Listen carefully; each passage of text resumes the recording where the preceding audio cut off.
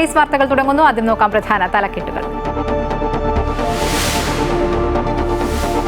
വിമാനയാത്ര ticket booking വ്യവസ്ഥകളിൽ മാറ്റം വരുത്താൻ DGCA. 48 മണിക്കൂറിനുള്ളിൽ അധിക നിരക്കുകളില്ലാതെ വിമാനയാത്രക്കാർക്ക് ടിക്കറ്റുകൾ റദ്ദാക്കാം. കരട് തയ്യാറായതായി സൂചന.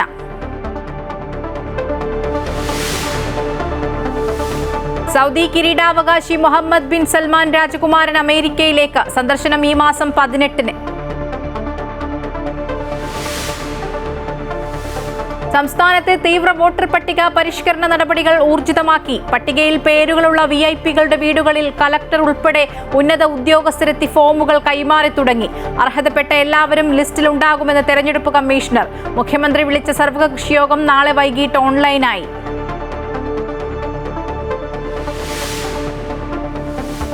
ബീഹാറിൽ ആദ്യഘട്ട വോട്ടെടുപ്പിന്റെ പരസ്യ പ്രചരണം അവസാനിച്ചു. മുന്നണികളുടെ കലാശക്കൊട്ടിൽ പങ്കെടുത്ത് ദേശീയ നേതാക്കൾ. 121 മണ്ഡലങ്ങളിൽ മറ്റന്നാൾ വിധിയെഴുത്ത്. രണ്ടാം ഘട്ടം 11-ന് 122 മണ്ഡലങ്ങളിൽ. വോട്ടുകൊള്ളയിൽ പുതിയ വെളിപ്പെടുത്തൽ നടത്താൻ രാഹുൽ ഗാന്ധിയുടെ വാർത്താ സമ്മേളനം നാളെ.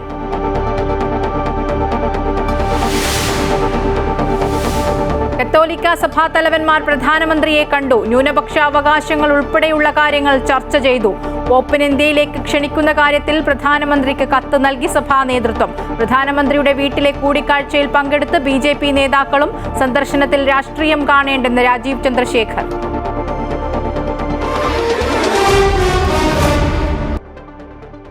അധിക ഫീസ് ഈടാക്കാതെ വിമാനയാത്രക്കാർക്ക് ഗ്രേസ് പീരീഡ് അനുവദിക്കുന്ന തരത്തിൽ വ്യവസ്ഥകളിൽ മാറ്റം വരുത്താൻ DGCA. ടിക്കറ്റ് റീഫണ്ട് മാനദണ്ഡങ്ങളിൽ കാര്യമായ മാറ്റങ്ങളാണ് സിവിൽ ഏവിയേഷൻ റെഗുലേറ്റർ ഡ്രാഫ്റ്റ് പരിഗണിക്കുന്നത്.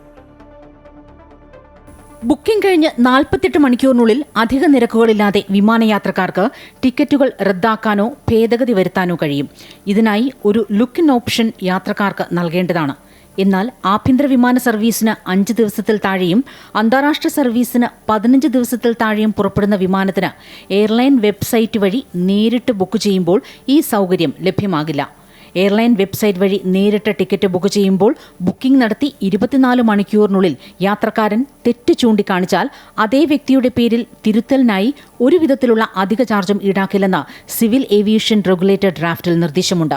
മെഡിക്കൽ അടിയന്തര സാഹചര്യങ്ങളിൽ യാത്രക്കാരൻ ടിക്കറ്റ് റദ്ദാക്കിയാൽ വിമാന കമ്പനികൾക്ക് ടിക്കറ്റുകൾ തിരികെ നൽകാം, അല്ലെങ്കിൽ ക്രെഡിറ്റ് ഷെൽ നൽകാം എന്നാണ് മറ്റൊരു നിർദ്ദേശം. കൂടാതെ ഒരു ട്രാവൽ ഏജന്റ് അഥവാ പോർട്ടൽ വഴി ടിക്കറ്റ് എടുക്കുന്ന സാഹചര്യത്തിൽ റീഫണ്ടിന്റെ ഉത്തരവാദിത്വം പൂർണ്ണമായും എയർലൈനുകൾക്കായിരിക്കും.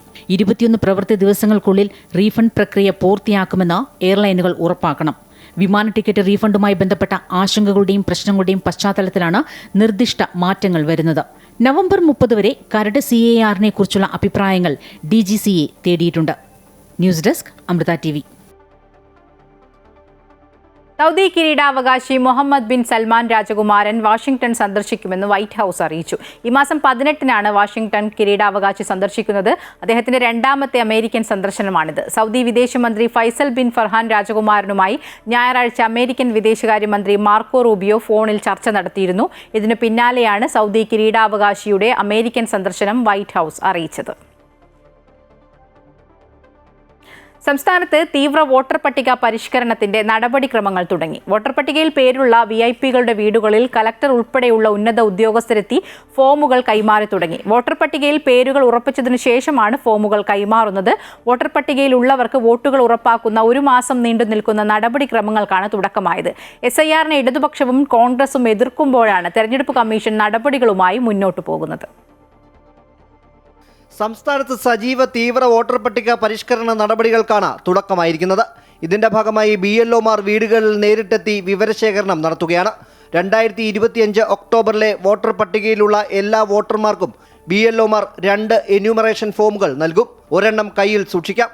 ഫോറം പൂരിപ്പിക്കുന്നതിനും ഓൺലൈനായി അപ്ലോഡ് ചെയ്യുന്നതിനും BLOമാർ സഹായം നൽകും. പുതിയ ഫോട്ടോയും ഇതിൽ ഉൾപ്പെടുത്താൻ കഴിയും. 2002-ലെയും 2025-ലെയും വോട്ടർ പട്ടികയിൽ പേരുള്ളവർ എന്യൂമറേഷൻ ഫോം ഒപ്പിട്ട് നൽകിയാൽ മാത്രം മതി. 2002-ലെ പട്ടികയിൽ ഇല്ലാത്തവരും 2025-ലെ പട്ടികയിൽ ഉൾപ്പെട്ടവരുടെയും മാതാപിതാക്കൾ 2002-ലെ പട്ടികയിൽ ഉൾപ്പെട്ടിട്ടുണ്ടെങ്കിൽ ഫോം ഒപ്പിട്ട് നൽകാം. അല്ലാത്തവർ പുതിയ ഫോം നൽകുന്നതിനൊപ്പം ഇലക്ഷൻ കമ്മീഷൻ നിശ്ചയിച്ചിട്ടുള്ള 12 തിരിച്ചറിയൽ രേഖകളിൽ ഒന്ന് ഹാജരാക്കണം. ഡിസംബർ 9-നാണ് പ്രാഥമിക വോട്ടർ പട്ടിക പ്രസിദ്ധീകരിക്കുന്നത്. അന്തിമ വോട്ടർ പട്ടിക ഫെബ്രുവരി 7-ന് പുറത്തിറക്കും. അമൃത ന്യൂസ്, തിരുവനന്തപുരം.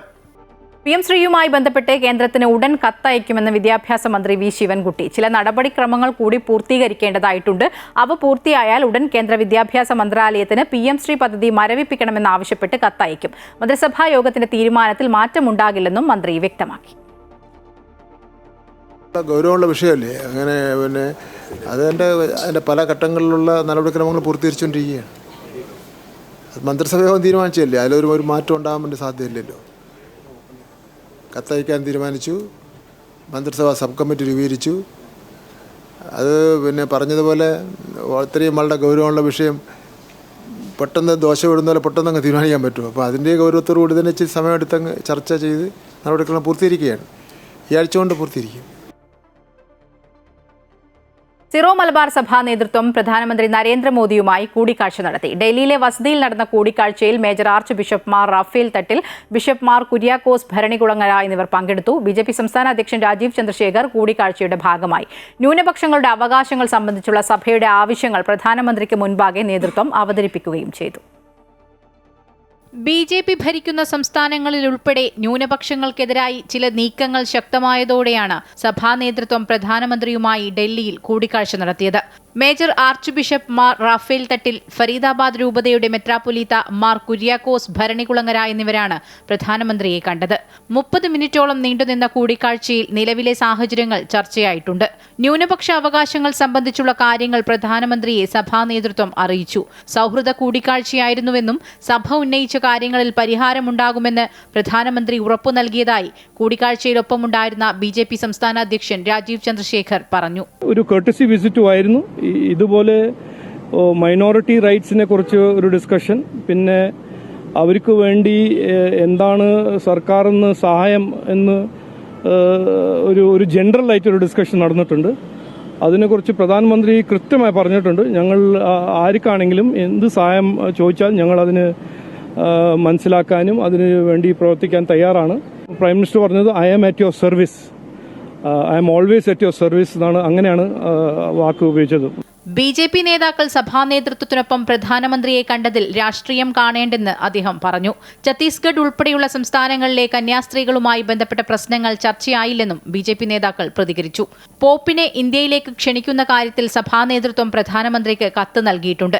അതേസമയം കേരളത്തിൽ തദ്ദേശ തെരഞ്ഞെടുപ്പ് അടുത്തിരിക്കെയാണ് സഭാ നേതൃത്വം പ്രധാനമന്ത്രിയെ കണ്ടത്. അതുകൊണ്ട് തന്നെ കൂടിക്കാഴ്ചയ്ക്ക് വലിയ രാഷ്ട്രീയ മാനമുണ്ട്. കഴിഞ്ഞ ലോക്സഭാ തെരഞ്ഞെടുപ്പ് മുതൽ സഭാ നേതൃത്വം BJPയും പരമാവധി വിഷയങ്ങളിൽ ഒന്നിച്ചാണ് മുന്നോട്ടു പോകുന്നത്. അതുകൊണ്ട് തന്നെ ഇത്തരം കൂടിക്കാഴ്ചകൾ തദ്ദേശ നിയമസഭാ തെരഞ്ഞെടുപ്പുകളെ സ്വാധീനിക്കുമെന്ന് ഉറപ്പാണ്. അമൃത ന്യൂസ്, ന്യൂഡൽഹി. ഈ വർഷത്തെ സംസ്ഥാന ചലച്ചിത്ര പുരസ്കാരത്തിന് കുട്ടികളുടെ സിനിമകളെ അവഗണിച്ചതിനെതിരെ ബാലതാരം ദേവനന്ദ. ഇനി വരുന്ന ഒരു തലമുറയ്ക്ക് നേരെയാണ് ഈ അവാർഡ് പ്രഖ്യാപനത്തോടെ ജൂറി കണ്ണടച്ചതെന്ന് ദേവനന്ദ സമൂഹമാധ്യമത്തിൽ കുറിച്ചു. കുട്ടികൾക്കായുള്ള നല്ല സിനിമകളില്ല, അതുകൊണ്ട് പുരസ്കാരം നൽകുന്നില്ല എന്നായിരുന്നു ജൂറി ചെയർമാനായ പ്രകാശ് രാജിന്റെ പരാമർശം.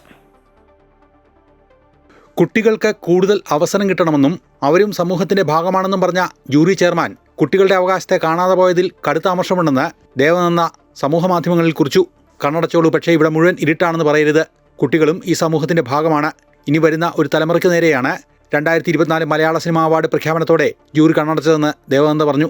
സ്ഥാനാർത്ഥി ശ്രീകുട്ടനും ഗു, ഫിനിക്സ്, അജയന്റെ രണ്ടാം മോഷണവുമടക്കം നിരവധി സിനിമകളിൽ കുട്ടികൾ പ്രധാന വേഷങ്ങളിൽ അഭിനയിച്ചിരുന്നു. ദേശീയ തലത്തിൽ തന്നെ ചർച്ചയായ സ്ഥാനാർത്ഥി ശ്രീകുട്ടൻ എന്ന ചിത്രത്തിന്റെ സംവിധായകൻ വിനീഷ് വിശ്വനാഥനും സഹതിരക്കഥാകൃത്തും നടനുമായ ആനന്ദ് മന്മഥനും ബാലതാരങ്ങളെ അവഗണിച്ച ജൂറിയുടെ നിലപാടിനെതിരെ രംഗത്തെത്തി. ഒരു പരാമർശമെങ്കിലും ഉണ്ടാകുമെന്ന് പ്രതീക്ഷിച്ചിരുന്നുവെന്ന് ആനന്ദ് മന്മഥൻ സോഷ്യൽ മീഡിയയിൽ പറഞ്ഞു. കുട്ടികൾക്കിടയിലെ വേർതിരിവ് ഒഴിവാക്കി ബാക്ക് ബെഞ്ചേഴ്സ് എന്ന ആശയത്തെ ഇല്ലാതാക്കുന്നതിനെക്കുറിച്ച് ചർച്ച ചെയ്യുന്ന ചിത്രമായിരുന്നു സ്ഥാനാർത്ഥി ശ്രീകുട്ടൻ. അർഹിക്കുന്ന എൻട്രികളൊന്നും ബെസ്റ്റ് ചൈൽഡ് ആക്ടർ വിഭാഗത്തിൽ ഇല്ലെന്ന ലോകത്ത് അവൻ തലയെടുപ്പോടെ നിൽക്കുന്നു എന്നായിരുന്നു സംവിധായകൻ വിനേഷ് വിശ്വനാഥിന്റെ പ്രതികരണം. ഈ വർഷത്തെ സംസ്ഥാന ചലച്ചിത്ര പുരസ്കാരത്തിന് പരിഗണിക്കപ്പെട്ട കുട്ടികളുടെ സിനിമയ്ക്ക് നിലവാരമില്ലായിരുന്നുവെന്ന ജൂറിയുടെ വിലയിരുത്തലിൽ വിവിധ തലങ്ങളിൽ നിന്ന് പ്രതിഷേധം ഉയരുന്നുണ്ട്. സമർപ്പിക്കപ്പെട്ട ചിത്രങ്ങൾ കുട്ടികളുടെ വീക്ഷണകോണിൽ നിന്നല്ലാത്തതിനാൽ ആൺ പെൺ വിഭാഗത്തിൽ മികച്ച ബാലതാരത്തിനുള്ള പുരസ്കാരങ്ങൾ നൽകേണ്ടതില്ല എന്നായിരുന്നു ജൂറിയുടെ തീരുമാനം. അമൃത ന്യൂസ്, കൊച്ചി. അതേസമയം പുരസ്കാരത്തിന് അർഹമായ കുട്ടികളുടെ സിനിമ ഉണ്ടായിരുന്നില്ലെന്ന് മന്ത്രി സജി ചെറിയാൻ. നല്ല ബാലസിനിമകൾ ഉണ്ടാവാത്തതിൽ ദുഃഖമുണ്ടെന്ന് പ്രകാശ് രാജ് പറഞ്ഞിരുന്നതായും മന്ത്രി കോഴിക്കോട് പറഞ്ഞു. പ്രകാശ് രാജ് ഇത് പറയുമ്പോൾ എനിക്കത് സ്ട്രൈക്ക് ചെയ്തു. സത്യമാണ്. കാരണം നമ്മൾ ഏറ്റവും കൂടുതൽ ഫോക്കസ് ചെയ്യേണ്ടത് നമ്മുടെ കുഞ്ഞുങ്ങളെയാണ്. അത് കഴിയുമ്പോൾ അദ്ദേഹത്തോട് ഞാൻ ചോദിച്ച് മനസ്സിലാക്കി. അപ്പോൾ 4 സിനിമകൾ ഈ വർഷത്തെ അവാർഡിന് വേണ്ടി വന്നിരുന്നു. അങ്ങ് ചോദിച്ച പോലെ 2 സിനിമകൾ അവസാന ലാപ്പിലേക്ക് എത്തി, അത് ലാസ്റ്റ് പരിഗണനയ്ക്ക് വേണ്ടി എത്തി. അത് നമ്മുടെ നിയമാവലി അനുസരിച്ച് നമ്മളതിന് കൃത്യമായ മുൻഗണന കൊടുക്കണമെന്നുള്ള നിയമം തന്നെയുണ്ട്. അപ്പോൾ അതനുസരിച്ച് അവസാനത്തെ വന്നു കഴിഞ്ഞപ്പോൾ ഒരു ക്രിയേറ്റീവായ ഒരു സിനിമയായി ആ 2 സിനിമയെ അവർ കണ്ടില്ല. കുവൈത്ത് റെയിൽവേ പദ്ധതിയുടെ ഭാഗമായുള്ള പ്രധാന പാസഞ്ചർ സ്റ്റേഷനുകളുടെ രൂപകൽപ്പന ആദ്യഘട്ടം പൂർത്തിയായതായി public authority for roads and land transport. രാജ്യത്തെ നഗര സാമ്പത്തിക വികസനത്തിന്റെ ആവശ്യകത നിറവേറ്റുന്ന തരത്തിൽ പൊതുഗതാഗത സംവിധാനം വികസിപ്പിക്കുന്നതിനും ആധുനികമായി അടിസ്ഥാന സൗകര്യങ്ങൾ അനുവദിക്കുന്നതിനുമുള്ള പദ്ധതികളുടെ ഭാഗമാണിത്. നിർദ്ദിഷ്ട ഗൾഫ് റെയിൽവേ ശൃംഖലയുമായി കുവൈത്തിനെ ബന്ധിപ്പിക്കുന്ന ഈ പദ്ധതിയിൽ റെയിൽവേ സ്റ്റേഷനുകളുടെ പ്രാരംഭ രൂപകൽപ്പന തയ്യാറാക്കുന്നതാണ് ആദ്യഘട്ടത്തിൽ ഉൾപ്പെടുത്തിയിരിക്കുന്നത്. യാത്രക്കാർക്ക് സംയോജിത സേവനവും വാണിജ്യ സൗകര്യങ്ങളും നൽകുന്നതിനൊപ്പം ഉയർന്ന സുരക്ഷയും ഗുണനിലവാര മാനദണ്ഡങ്ങളും ഉൾപ്പെടുത്തിക്കൊണ്ടാണ് രൂപകൽപ്പന തയ്യാറാക്കിയിരിക്കുന്നത്. പ്രാദേശിക കണക്ടിവിറ്റി വർദ്ധിപ്പിക്കുന്നതിനും നഗരങ്ങളും അതിർത്തി ചെക്ക് പോയിന്റുകൾക്കും ഇടയിലുള്ള ഗതാഗത കാര്യക്ഷമത മെച്ചപ്പെടുത്തുന്നതിനുമാണ് ഈ പദ്ധതി ലക്ഷ്യമിടുന്നത്. പദ്ധതി യാഥാർത്ഥ്യമാകുന്നതിനുള്ള തയ്യാറെടുപ്പിന്റെ ഭാഗമായി തുടർന്നുള്ള രൂപകൽപ്പന പ്രവർത്തനങ്ങൾ തുടരുകയാണെന്നും അധികൃതർ അറിയിച്ചു. കുവൈറ്റിൽ ഏറ്റവും കൂടുതൽ മലയാളികൾ താമസിക്കുന്ന ജലീബ് അൽ ഷുയൂബ് പ്രദേശത്തെ 67 കെട്ടിടങ്ങളിൽ നിന്ന് ഉടൻ തന്നെ താമസക്കാരെ ഒഴിപ്പിക്കുവാനും ഇവ പൊളിച്ചു മാറ്റാനും ഉടമകൾക്ക് മുന്നറിയിപ്പ് നോട്ടീസ് നൽകി. ഇവിടെ സുരക്ഷിതമില്ലായ്മയും അപകടകരമായ അവസ്ഥയും മുൻനിർത്തിയാണ് നഗരസഭയുടെ തീരുമാനം. നഗരസഭാ അധികൃതർ നടത്തിയ പരിശോധനയിലാണ് കെട്ടിടങ്ങൾക്ക് ബലക്ഷയം സംഭവിച്ചതായും ഇവ സുരക്ഷിതമല്ലെന്ന് കണ്ടെത്തുകയും ചെയ്തത്. ഇതേ തുടർന്നാണ് തീരുമാനം ഔദ്യോഗിക ഗസറ്റിൽ പ്രസിദ്ധീകരിച്ച തീയതി മുതൽ 2 ആഴ്ചത്തെ സമയത്തിനകം കെട്ടിടത്തിൽ നിന്ന് താമസക്കാരെ ഒഴിപ്പിച്ച് കെട്ടിടം പൊളിക്കുവാനാണ് ഉടമകൾക്ക് നോട്ടീസ് നൽകിയിരിക്കുന്നത്. കുവൈറ്റിൽ ബാങ്കുകൾ ഉൾപ്പെടെ വിവിധ സ്ഥാപനങ്ങൾ നടത്തുന്ന എല്ലാവിധ സമ്മാന കൂപ്പൺ നറുക്കെടുപ്പുകളിലും മത്സരങ്ങളിലും ഏകീകൃത ഇലക്ട്രോണിക് സംവിധാനം നടപ്പിലാക്കാൻ വാണിജ്യ വ്യവസായ മന്ത്രാലയം തയ്യാറെടുക്കുന്നതായി റിപ്പോർട്ട്. ഭാവിയിലെ എല്ലാവിധ നറുക്കെടുപ്പുകൾ നടത്തുന്നതിനും നിർബന്ധിത ഇലക്ട്രോണിക് സംവിധാനം സ്ഥാപിക്കാൻ മന്ത്രാലയം എല്ലാ സ്ഥാപനങ്ങൾക്കും നിർദ്ദേശം നൽകി. വിപുലമായ സാങ്കേതിക മാനദണ്ഡങ്ങൾ ഉപയോഗിച്ചുകൊണ്ട് നറുക്കെടുപ്പുകളുടെയും മത്സര ഫലങ്ങളുടെയും സമഗ്രത ഉറപ്പു നൽകുന്നതാണ് ഈ സംവിധാനം. തീർത്തും മനുഷ്യ ഇടപെടൽ കൂടാതെ വിജയികളെ തിരഞ്ഞെടുക്കുവാൻ സാധിക്കുന്ന ഈ സംവിധാനം നടപ്പിലാക്കുന്നതോടെ കൈകൾ ഉപയോഗിച്ച് നറുക്കെടുക്കുന്ന രീതി ഇല്ലാതാകും. രാജ്യത്തെ ചില ബാങ്കുകൾ ഇതിനകം തന്നെ സമ്മാന നറുക്കെടുപ്പുകൾ ഇലക്ട്രോണിക് സംവിധാനം വഴിയാണ് നടത്തിയിരിക്കുന്നത്. എന്നാൽ വാണിജ്യ മന്ത്രാലയത്തിന്റെ പുതിയ നിർദ്ദേശങ്ങൾക്കനുസൃതമായി ഇവ കൂടുതൽ വികസിപ്പിക്കും. ദുബായിൽ ടാക്സി ഡ്രൈവർമാർക്കായി ചുളിവ് വരാത്ത യൂണിഫോമുകൾ Dubai roads and transport authority പുറത്തിറക്കി. മികച്ച തുണികൾ കൊണ്ട് തയ്യാറാക്കുന്ന യൂണിഫോം കൂടുതൽ സമയം ജോലി ചെയ്യുന്ന ടാക്സി ഡ്രൈവർമാർക്ക് സുഖകരമായി ധരിക്കാൻ സാധിക്കുന്നതാണെന്ന് RTA അറിയിച്ചു. ഉയർന്ന നിലവാരമുള്ളതും പരിസ്ഥിതി സൗഹൃദവുമായ തുണിത്തരങ്ങളാണ് ഉപയോഗിച്ചിരിക്കുന്നത്. വേഗത്തിൽ മുഷിയാത്ത യൂണിഫോം ഡ്രൈവർമാരുടെ ആരോഗ്യം, ശുചിത്വം എന്നിവ കണക്കിലെടുത്താണ് തയ്യാറാക്കിയിരിക്കുന്നതെന്നും RTA വ്യക്തമാക്കി. പുതിയ യൂണിഫോം സംബന്ധിച്ച വീഡിയോയും ദുബായ് RTA സോഷ്യൽ മീഡിയയിൽ പങ്കുവച്ചിട്ടുണ്ട്. മയക്കുമരുന്ന് കടത്തിയ കേസിൽ പ്രതിയായ വിദേശ വനിതയുടെ വധശിക്ഷ മക്ക പ്രവിശ്യയിൽ ഇന്ന് നടപ്പാക്കിയതായി ആഭ്യന്തര മന്ത്രാലയം അറിയിച്ചു. സൗദിയിലേക്ക് കൊക്കൈൻ കടത്തുന്നതിനിടെ അറസ്റ്റിലായ നൈജീരിയക്കാരി ദൈബൂറ അലോഫോൻസ്കി അമൂസാന്റെ വധശിക്ഷയാണ് നടപ്പാക്കിയത്. വിചാരണ കോടതി വധശിക്ഷ വിധിക്കുകയും അപ്പീൽ കോടതിയും സുപ്രീം കോടതിയും ഇത് ശരിവെക്കുകയും ശിക്ഷ നടപ്പാക്കാൻ സൗദി ഭരണാധികാരി സൽമാൻ രാജാവ് അനുമതി നൽകുകയും ചെയ്തതിനെ തുടർന്നാണ് വധശിക്ഷ നടപ്പാക്കിയത്. 44ാമത് ഷാർജ അന്താരാഷ്ട്ര പുസ്തകോത്സവത്തിന് നവംബർ 5-ന് തുടക്കമാകും. നിങ്ങളും പുസ്തകങ്ങളും തമ്മിൽ എന്ന പ്രമേയത്തിലാണ് 12 ദിവസം നീണ്ടു നിൽക്കുന്ന മേള. ഇന്ത്യ ഉൾപ്പെടെ 66 രാജ്യങ്ങളിൽ നിന്നുള്ള പ്രസാധകരും എഴുത്തുകാരും മേളയിൽ പങ്കെടുക്കുന്നുണ്ട്. 250-ലേറെ കലാ സാംസ്കാരിക പരിപാടികൾ, കുക്കറി ഷോ, സംവാദം, ശില്പശാലകൾ എന്നിവയും പുസ്തകോത്സവത്തിന്റെ ഭാഗമായി നടക്കും. കഴിഞ്ഞ വർഷത്തെ ബുക്കർ പ്രൈസ് ജേതാവ് കന്നഡ എഴുത്തുകാരി ഭാനു മുഷ്താഖ്, മുംബൈയിലെ ക്രൈം റിപ്പോർട്ടറും ത്രില്ലർ നോവലുകളുടെ എഴുത്തുകാരനുമായ ഹുസൈൻ സൈദി, പ്രശസ്ത കവി സച്ചിദാനന്ദൻ, മലയാളത്തിലെ ശ്രദ്ധേയ എഴുത്തുകാരും വയലാർ അവാർഡ് ജേതാക്കളുമായ KR മീര, സന്തോഷ് കുമാർ എന്നിവർ മേളയിൽ ഔദ്യോഗിക അതിഥികളായി പങ്കെടുക്കും. നവംബർ 16-ന് പുസ്തകോത്സവം സമാപിക്കും. അമൂല്യ രത്നങ്ങളെക്കുറിച്ചുള്ള അറിവുകൾ പകരുന്ന മലയാളത്തിലുള്ള ഗ്രന്ഥം ഷാർജ അന്താരാഷ്ട്ര പുസ്തകോത്സവത്തിൽ പ്രകാശനം ചെയ്യുന്നു. രത്നശാസ്ത്രം എന്ന പേരിലുള്ള പുസ്തകം പ്രശസ്ത പ്ലാനറ്ററി ജെമോളജിസ്റ്റ് ഉണ്ണികൃഷ്ണൻ ശിവാസാണ് രചിച്ചിരിക്കുന്നത്. നവംബർ 9 ഷാർജ പുസ്തകോത്സവ വേദിയിലെ റൈറ്റേഴ്സ് ഫോറത്തിലാണ് പ്രകാശന ചടങ്ങ്. രത്നങ്ങളെന്ന് പൊതുവെ അറിയപ്പെടുന്ന അമൂല്യങ്ങളായ കല്ലുകളെക്കുറിച്ചും അല്പമൂല്യ രത്നങ്ങളെക്കുറിച്ചുമുള്ള ആധികാരിക ഗ്രന്ഥമാണ് രത്നശാസ്ത്രം. മലയാളത്തിൽ തയ്യാറാക്കിയിരിക്കുന്ന പുസ്തകം പ്രശസ്ത പ്ലാനറ്ററി ജെമോളജിസ്റ്റ് ഉണ്ണികൃഷ്ണൻ ശിവാസാണ് എഴുതിയത്. രത്നങ്ങളുടെ ഉത്ഭവം, ഖനനം, സംഭരണം തുടങ്ങി ആവശ്യക്കാരുടെ കൈകളിൽ അവ എത്തുന്നതുവരെയുള്ള കാര്യങ്ങൾ പ്രതിപാദിച്ചിരിക്കുന്ന പുസ്തകം രത്നങ്ങളെക്കുറിച്ച് അറിയാൻ ആഗ്രഹിക്കുന്നവർക്കും ആ മേഖലയിൽ ജോലി ചെയ്യുന്നവർക്കുമുള്ള ഒരു റഫറൻസ് ഗ്രന്ഥമായിരിക്കുമെന്ന് ഉണ്ണികൃഷ്ണൻ ശിവാസ് പറഞ്ഞു. രത്നങ്ങൾ ധരിക്കാൻ താല്പര്യമുള്ളവർക്കും രത്നങ്ങളെക്കുറിച്ച് പഠിക്കാൻ താല്പര്യമുള്ളവർക്കും അതുപോലെ രത്നങ്ങളുടെ വർക്ക് ചെയ്യുന്നവർക്കും രത്നങ്ങളെങ്ങനെ ഘടിപ്പിക്കണം, എങ്ങനെയാണ് മൗണ്ട് ചെയ്യേണ്ടതെന്നുള്ളതിനെക്കുറിച്ചും അത് ശ്രദ്ധിക്കേണ്ട വിഷയങ്ങളെക്കുറിച്ചും അതുപോലെ തന്നെ ജുവല്ലറി രത്നം വിൽക്കുന്ന ജുവലർക്കാർക്കൊക്കെ ഇതൊരു റെഫറൻസ് ഗ്രന്ഥമായിട്ട് ഉപയോഗിക്കാൻ പറ്റും. മലയാളത്തിൽ ഇത്തരമൊരു പുസ്തകം ആദ്യമായാണ് പ്രസിദ്ധീകരിക്കുന്നതെന്ന് പ്രസാധകരായ കൈരളി ബുക്സ് MD അശോക് കുമാർ പറഞ്ഞു. നവംബർ 9 ഷാർജ പുസ്തകോത്സവ വേദിയിലെ റൈറ്റേഴ്സ് ഫോറത്തിൽ പുസ്തകത്തിന്റെ പ്രകാശന കർമ്മം നടക്കും. മാധ്യമപ്രവർത്തകൻ അനൂപ് കീച്ചേരി പ്രകാശന കർമ്മം നിർവഹിക്കും. Amrita TV middle east bureau chief Sreeraj Kaimal പുസ്തക പരിചയം നടത്തും. അമൃത TVയുടെ ഗൾഫ് പനോരമ എന്ന പ്രതിവാര പരിപാടിയിൽ ജെംസ് വേൾഡ് എന്ന സെഗ്മെന്റിലൂടെ രത്നങ്ങളെക്കുറിച്ചുള്ള അറിവുകൾ ഉണ്ണികൃഷ്ണൻ ശിവാസ് പ്രേക്ഷകരുമായി പങ്കുവയ്ക്കുന്നുണ്ട്. ശിവാസ് ജ്വല്ലറി ഡയറക്ടർ ഉല്ലാസ്, സാമൂഹ്യ പ്രവർത്തകൻ ഡോക്ടർ മനോജ് കൃഷ്ണൻ എന്നിവരും വാർത്താ സമ്മേളനത്തിൽ സംബന്ധിച്ചു. Amrita news, Dubai.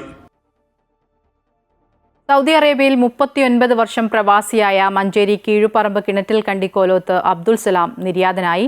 ഹൃദയാഘാതത്തെ തുടർന്ന് ജിദ്ദ ജർമ്മൻ ആശുപത്രിയിലായിരുന്നു അന്ത്യം. ഭാര്യ മുനീറ, ഷംസീറ, സുൽഫിയ എന്നിവർ മക്കളാണ്. സഹായത്തിനായി ജിദ്ദ KMCC വെൽഫെയർ വിങ് കൂടെയുണ്ട്.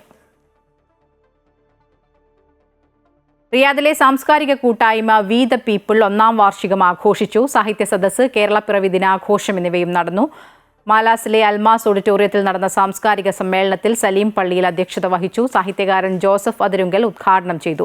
Sabeena M Sally, Nikhila Sameer, കമർ Banu, Abdul Salam, doctor Jayachandran എന്നിവർ എഴുത്തനുഭവങ്ങൾ പങ്കുവച്ചു. പ്രവാസിയും കേരളവും എന്ന വിഷയത്തിൽ ബിനു ശങ്കരൻ, ഷക്കീബ് കൊളക്കാടൻ തുടങ്ങിയവർ സംസാരിച്ചു. സാഹിത്യകാരന്മാരെ പൊന്നാടയണിയിച്ച് ആദരിക്കുകയും ചെയ്തു.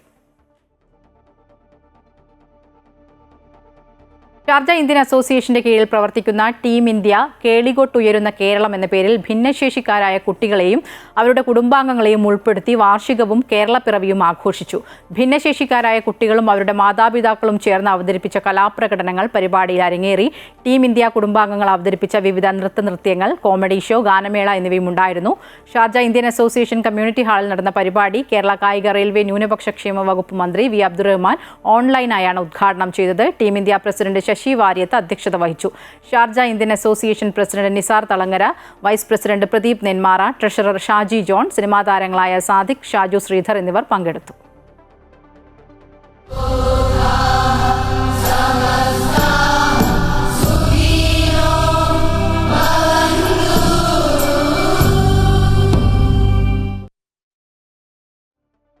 യൂറോപ്യൻ സന്ദർശനത്തിന്റെ ഭാഗമായി ഫ്രാൻസിലെ ഐക്സ് ആൻഡ് പ്രൊവൻസിലെത്തിയ സദ്ഗുരു ശ്രീമാത അമൃതാനന്ദമയി ദേവിക്ക് ഊഷ്മളമായ സ്വീകരണം. 3 ദിവസത്തെ പരിപാടികളാണ് അമ്മയ്ക്കായി ഇവിടെ ഒരുക്കിയിരിക്കുന്നത്.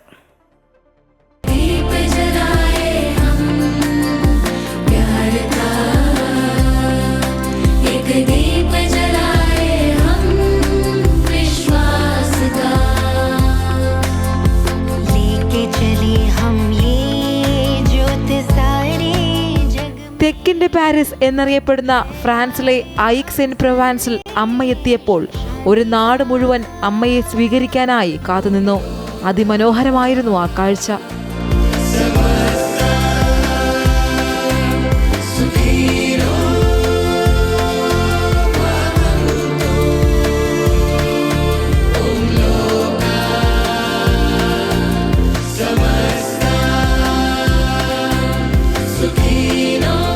ഫ്രാൻസിലെ പ്രശസ്ത ചലച്ചിത്ര സംവിധായക ലിസ അസ്ലോസും പ്രമുഖ സാഹിത്യകാരൻ പിയർ ലുനയിലും ചേർന്നാണ് അമ്മയെ സ്വീകരിച്ചത്.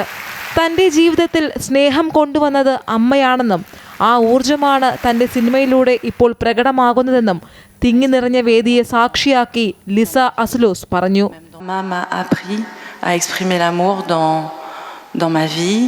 même dans mes colères, d'essayer de les ravaler, d'aller vers l'amour toujours. Et tous mes films, c'est vraiment pour que les gens, quand ils sortent de la salle, ils aient un petit peu plus de dose d'amour dans leur cœur. Et la dernière phrase que j'ai mise dans mon prochain film, c'est transformer le monde, c'est transformer le chaos en amour. C'est ce qu'Ama m'a appris, ce que j'essaye de conserver dans mon cœur et ce que je viens aujourd'hui pour remercier et aussi pour... 3 ദിവസത്തെ പരിപാടികളാണ് Aix in പ്രൊവാൻസിൽ അമ്മയ്ക്കായി ഒരുക്കിയത്. ഏവരെയും ആശ്ലേഷിച്ചും സ്നേഹം ചൊരിഞ്ഞും അമ്മയും അവർക്കൊപ്പം ചേർന്നു. അമ്മയുടെ അടുത്ത പരിപാടി ഫ്രാൻസിലെ ചാർട്സിലാണ്.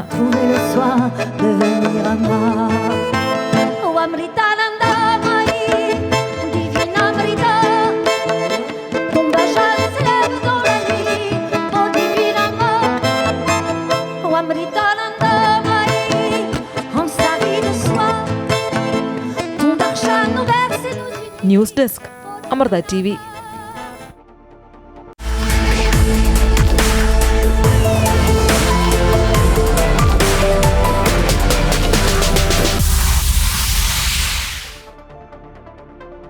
ബീഹാർ നിയമസഭാ തെരഞ്ഞെടുപ്പിന്റെ 1ാം ഘട്ട പരസ്യ പ്രചരണം അവസാനിച്ചു. 121 സീറ്റിലേക്കാണ് വ്യാഴാഴ്ച ആദ്യഘട്ടത്തിൽ വോട്ടെടുപ്പ് നടക്കുന്നത്. 2020 മഹാസഖ്യം 60 സീറ്റ് നേടിയ മണ്ഡലങ്ങളാണ് ആദ്യഘട്ടത്തിൽ ജനവിധി തേടുന്നത്. പ്രധാനമന്ത്രി നരേന്ദ്രമോദി ഉൾപ്പെടെ പ്രമുഖർ NDAയ്ക്ക് വേണ്ടി പ്രചാരണത്തിനിറങ്ങി. രാഹുൽ ഗാന്ധിയും തേജസ്വിയുമാണ് മഹാസഖ്യത്തിന്റെ പ്രചാരണം നയിച്ചത്. OICയുടെ AIMIM, പ്രശാന്ത് കിഷോറിന്റെ ജൻസൂരജ് എന്നീ പാർട്ടികൾ പിടിക്കുന്ന വോട്ട് ഈ തെരഞ്ഞെടുപ്പിൽ നിർണായകമാകും.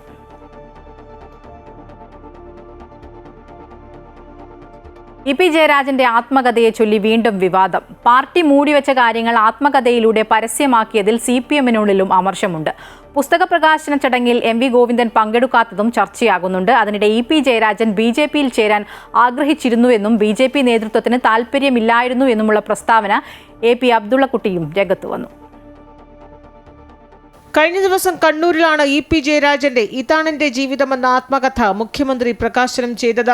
നേരത്തെ പരിപ്പുവടയും കട്ടൻ ചായയും എന്ന പേരിൽ DC ബുക്സ് പുറത്തിറക്കിയ ആത്മകഥ തെരഞ്ഞെടുപ്പ് സമയത്ത് ഏറെ കോളിളക്കമുണ്ടാക്കിയിരുന്നു. താൻ പറയാത്ത കാര്യങ്ങൾ എഴുതി ചേർത്തതിൽ DC ബുക്സിനെതിരെ നിയമ നടപടിയും EP സ്വീകരിച്ചിരുന്നു. ഇതിനു പിന്നാലെ യഥാർത്ഥ ആത്മകഥ പുറത്തിറങ്ങുമ്പോഴും വിവാദം EPയെ വിട്ടൊഴിയുന്നില്ല. വൈദേകം റിസോർട്ട് വിവാദവുമായി ബന്ധപ്പെട്ട് പാർട്ടി മൂടിവെച്ചിരുന്ന പലതും പുസ്തകത്തിൽ വെളിപ്പെടുത്തിയതിൽ CPMനുള്ളിൽ അമർഷമുണ്ട്. P ജയരാജൻ EPക്കെതിരെ പാർട്ടി ഫോറത്തിൽ നടത്തിയ വിമർശനങ്ങളടക്കം തുറന്നെഴുതിയിട്ടുണ്ട്. LDF കൺവീനർ സ്ഥാനത്ത് നിന്ന് മാറ്റിയതിലടക്കമുള്ള അതൃപ്തിയും ആത്മകഥയിൽ EP തുറന്നു പറയുന്നുണ്ട്. പുസ്തക പ്രകാശന ചടങ്ങിൽ MV ഗോവിന്ദനും P ജയരാജനും പങ്കെടുക്കാതിരുന്നതും ചർച്ചയാകുകയാണ്. ആ പുസ്തകം എല്ലാവരും വായിക്കട്ടെ. വായിച്ചു കഴിഞ്ഞാൽ അത് സംബന്ധിച്ചുള്ള അഭിപ്രായങ്ങൾ കേൾക്കാൻ എന്തെങ്കിലും കാര്യങ്ങൾ നിങ്ങൾക്ക് ഇനിയും അതിൽ പറഞ്ഞ കാര്യം മനസ്സിലാക്കാനുണ്ടെങ്കിൽ അതിനുവേണ്ടി ഞാൻ പ്രത്യേകമായി കണ്ണൂരിൽ ഒരു പരിപാടി സംഘടിപ്പിക്കുന്നുണ്ട്. നിങ്ങളെല്ലാം ആ ദിവസം അവിടത്തേക്ക് വരും. ഇതിനിടെ EP ജാവ്ദേക്കർ കൂടിക്കാഴ്ച വിവാദം BJP നേതാക്കളിലൂടെ വീണ്ടും തലപൊക്കി. EP BJPയിലേക്ക് വരാൻ ആഗ്രഹിച്ചിരുന്നുവെന്നും എന്നാൽ BJP നേതൃത്വത്തിന് താല്പര്യമുണ്ടായിരുന്നില്ല എന്നുമാണ് AP അബ്ദുള്ളക്കുട്ടി പറയുന്നത്. EP ജയരാജൻ CPM വിട്ട് BJP ചേരാൻ ആഗ്രഹിച്ചിരുന്നു. പക്ഷേ ജയരാജൻ മാമനോട് ഞങ്ങൾക്ക് പറയാനുള്ളത് ആ പൂതി അങ്ങ് നടക്കൂല. എല്ലാ ആളുകളെയും BJPയിൽ എടുക്കാൻ പറ്റില്ലല്ലോ. എല്ലാവരും സംസാരിച്ചിട്ടുണ്ട്, ഞങ്ങൾ ചർച്ച ചെയ്തു. ജയരാജൻ വേണ്ട എന്നാണ് പൊതുവുള്ള വികാരം. കാരണം ജയരാജന്റെ കോലത്തിലുള്ള ആള് പറ്റിയ പാർട്ടിയല്ല ഭാരതീയ ജനതാ പാർട്ടി എന്നാണ്. ആ പുസ്തകത്തിന് യഥാർത്ഥത്തിൽ ഇടേണ്ട പേര് കള്ളന്റെ ആത്മകഥ എന്നായിരുന്നു. ഇതാണ് എൻ്റെ അഭിപ്രായം. ഒരു ഇടവേളയ്ക്ക് ശേഷം മറ്റൊരു തെരഞ്ഞെടുപ്പ് വേളയിലാണ് EP ജയരാജന്റെ ആത്മകഥാ വിവാദവും ജാവ്ദേക്കർ കൂടിക്കാഴ്ചയും വീണ്ടും തലപൊക്കുന്നത്. അമൃത ന്യൂസ്, തിരുവനന്തപുരം. സംസ്ഥാനത്ത് മിൽമ പാലിന് വില കൂടും. തദ്ദേശ തെരഞ്ഞെടുപ്പിന് ശേഷമാകും പാലിന് വില കൂട്ടുക. വില കൂട്ടുന്നത് ആലോചനയിലുണ്ടെന്ന് ക്ഷീരവകുപ്പ് മന്ത്രി J. ചിഞ്ചുറാണി അറിയിച്ചു. പാൽ വില കൂട്ടുന്നത് സംബന്ധിച്ച് പഠിക്കാൻ നിയോഗിച്ച വിദഗ്ധ സമിതി നിരക്ക് വർധനയ്ക്ക് ശുപാർശ ചെയ്തിട്ടുണ്ട്. ഇതനുസരിച്ചാണ് തദ്ദേശ തെരഞ്ഞെടുപ്പിന് ശേഷം സംസ്ഥാനത്ത് മിൽമ പാൽ വില കൂട്ടാൻ സർക്കാർ തീരുമാനിച്ചിരിക്കുന്നത്. ഇക്കാര്യത്തിൽ മന്ത്രി J. ചിഞ്ചുറാണി സൂചന നൽകി. കർഷകരുടെ ക്ഷേമം നിലനിർത്തി നേരിയ വിലവർധനയുണ്ടാകുമെന്നാണ് മന്ത്രി വ്യക്തമാക്കുന്നത്. പാൽ വില കൂട്ടുന്നതിനോട് സർക്കാരിന് യോജിപ്പാണെന്ന് മന്ത്രി പറഞ്ഞു. എന്നാൽ എത്ര രൂപ വർദ്ധിപ്പിക്കുമെന്ന കാര്യത്തിൽ തദ്ദേശ തെരഞ്ഞെടുപ്പിന് ശേഷം തീരുമാനിക്കും. മിൽമ ആവശ്യപ്പെട്ടാൽ സർക്കാർ പരിശോധിച്ച് അന്തിമ തീരുമാനമെടുക്കുമെന്നാണ് മന്ത്രി അറിയിച്ചത്. 2019 സെപ്റ്റംബറിൽ പാൽവില ലിറ്ററിന് 4 രൂപയും 2022 ഡിസംബറിൽ ലിറ്ററിന് 6 രൂപയും മിൽമ വർദ്ധിപ്പിച്ചിരുന്നു. പാൽ വില കൂട്ടിയാൽ മിൽമയുടെ എല്ലാ ഉൽപ്പന്നങ്ങൾക്കും ആനുപാതികമായി വില വർദ്ധിക്കുമെന്നും മന്ത്രി വ്യക്തമാക്കി. സെപ്റ്റംബറിൽ GST കുറയുന്ന ഘട്ടത്തിൽ പാൽ വില കൂട്ടുന്നത് ജനങ്ങൾക്ക് ബുദ്ധിമുട്ടാകുമെന്ന വിലയിരുത്തലിലാണ് നേരത്തെ തീരുമാനം മാറ്റിയത്. അമൃത ന്യൂസ്, തിരുവനന്തപുരം.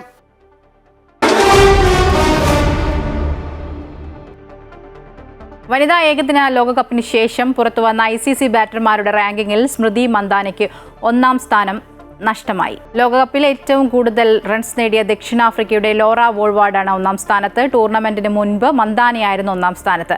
ലോകകപ്പിൽ മന്ദാന മികച്ച പ്രകടനം കാഴ്ചവെക്കുകയും ചെയ്തിരുന്നു. എന്നാൽ വോൾവാർഡിന്റെ മികച്ച ഫോം മന്ദാനയെ പിന്നിലാക്കി. 9 ഇന്നിംഗ്സിൽ നിന്ന് 571 റൺസാണ് ദക്ഷിണാഫ്രിക്കൻ ക്യാപ്റ്റൻ അടിച്ചെടുത്തത്. ഇതോടെ മിഡിൽ ഈസ്റ്റ് വാർത്തകൾ പൂർത്തിയാകുന്നു. കൂടുതൽ വാർത്തകൾക്കായി അമൃത ന്യൂസ് യൂട്യൂബ് ചാനൽ സന്ദർശിക്കുക.